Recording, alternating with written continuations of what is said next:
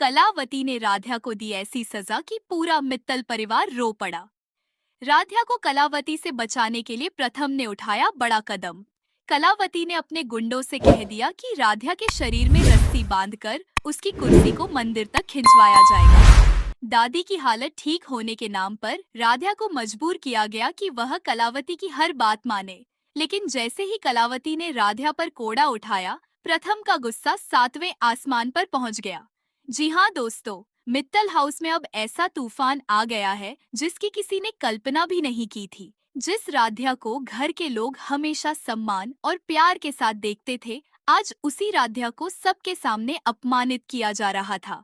सबसे दर्दनाक बात तो यह थी कि राधा की आंखों में आंसू थे, लेकिन फिर भी वह अपने परिवार के लिए चुपचाप सब कुछ सहने को तैयार थी। कलावती ने अपने सामने रखी कुर्सी की तरफ इशारा करते हुए अपने गुंडों से कहा कि राधा के शरीर में रस्सी बांध दो। उसकी आवाज में ऐसा घमंड था जैसे किसी इंसान की नहीं बल्कि किसी सामान की बात कर रही हो। राधा ने कांपती हुई आवाज में कहा, कलावती जी, अगर मेरी वजह से दादी की तबीयत ठीक हो सकती है तो मैं आपकी बात मानने के लिए तैयार हूँ, लेकिन प्लीज मेरे साथ ऐसा मत कीजिए।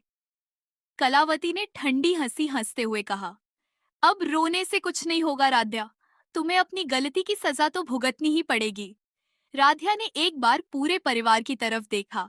उसकी आंखें जैसे मदद मांग रही थी, लेकिन सामने खड़े परिवार के लोग भी मजबूर थे। किसी में इतनी हिम्मत नहीं थी कि वह कलावती का विरोध कर सके। आखिरकार गुंडों ने राधा के शरीर के चारों तरफ रस्सी बांध दी। रस्सी का दूसरा सिरा कलावती की कुर्सी से जोड़ दिया गया।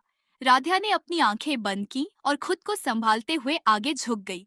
जैसे ही उसने पहला कदम आगे बढ़ाया, उसके चेहरे पर दर्द साफ दिखाई देने लगा।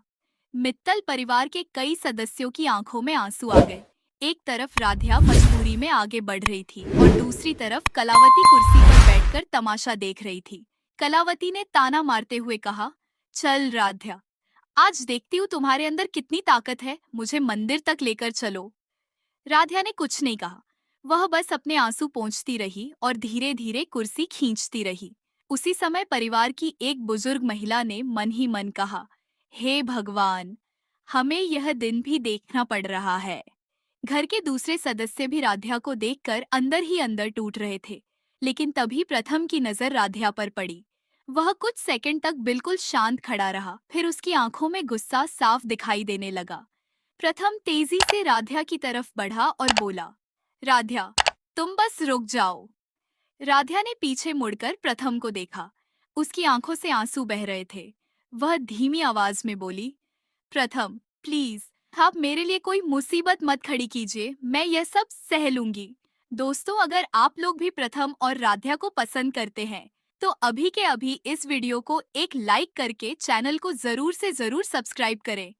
प्रथम ने कहा, तुम्हें कुछ सहने की जरूरत नहीं है। तुम्हारे साथ गलत हो रहा है और मैं चुपचाप खड़ा होकर यह सब नहीं देख सकता। प्रथम जैसे ही रस्सी खोलने के लिए आगे बढ़ा, कलावती ने तुरंत अपने गुंडों को इशारा कर दिया। दोनों गुंडे प्रथम के सामने आकर खड़े हो गए। कलावती ने गुस्से में कहा, एक कदम भी आगे मत बढ़ना प्रथम।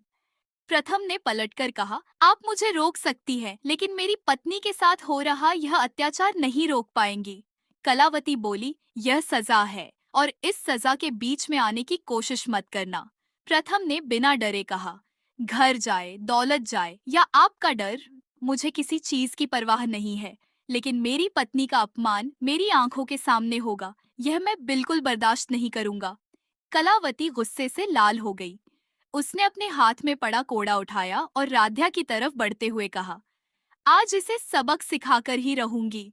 राधा डरकर पीछे हटना चाहती थी, लेकिन रस्सी के कारण वह ऐसा नहीं कर पाई। कलावती ने जैसे ही हाथ ऊपर उठाया, उसी पल प्रथम बिजली की तेजी से आगे आया। उसने कलावती का हाथ हवा में ही पकड़ लिया।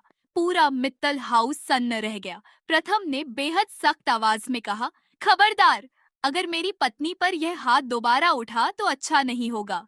कलावती ने अपना हाथ छुड़ाने की कोशिश करते हुए कहा, मेरा हाथ छोड़ो। प्रथम ने कहा, आपने बहुत कुछ सहने को कहा और हमने बहुत कुछ सह लिया, लेकिन अब सीमा पार हो चुकी है। राधा रोते हुए बोली, प्रथम, प्लीज, मेरे लिए अपनी जिंदगी खतरे में मत डालिए। प्रथम उसकी तरफ देखकर बोला, तुम मेरी जिंदगी हो राध्या, तुम्हें बचाना मेरे लिए कोई एहसान नहीं है, यह मेरा